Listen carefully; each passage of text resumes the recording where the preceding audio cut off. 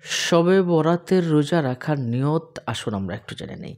শবে বরাতের রোজা রাখার নিয়ত আমাদের প্রত্যেকে জানা উচিত এবং শবে বরাতের রোজা খুবই গুরুত্বপূর্ণ একটা বিষয়। এই রোজা রাখলে আল্লাহ পাক রব্বুল আলামিন তাকে জাহান্নামের আগুনে স্পর্শ করাবেন না। রাসূল সাল্লাল্লাহু আলাইহি ওয়াসাল্লাম বলেছেন, "কুমু লাইলাহা ওয়া সুমু নাহারাহা।" তোমরা রাতের বেলা দাঁড়িয়ে যাও, ইবাদতবন্দি করো আর দিনের বেলা রোজা রাখো।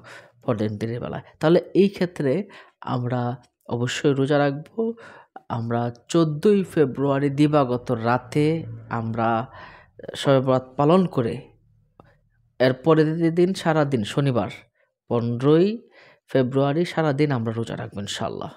তো আসুন আমরা রোজা রাখার নিয়তটা একটু জেনে নেই। আপনি রোজা রাখার নিয়ত আপনি স্বাভাবিকভাবে মুখে উচ্চারণ করলেও পারেন, নয়তো মনে, মনে বললেও কিন্তু নিয়ত হয়ে যায়।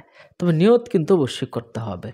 রোজা রাখার নিয়ত। এটা মনে, মনে হোক বা মুখে বলে হোক যে আমি শবে বরাতের রোজার নিয়ত করলাম। আল্লাহ তুমি কবুল করো।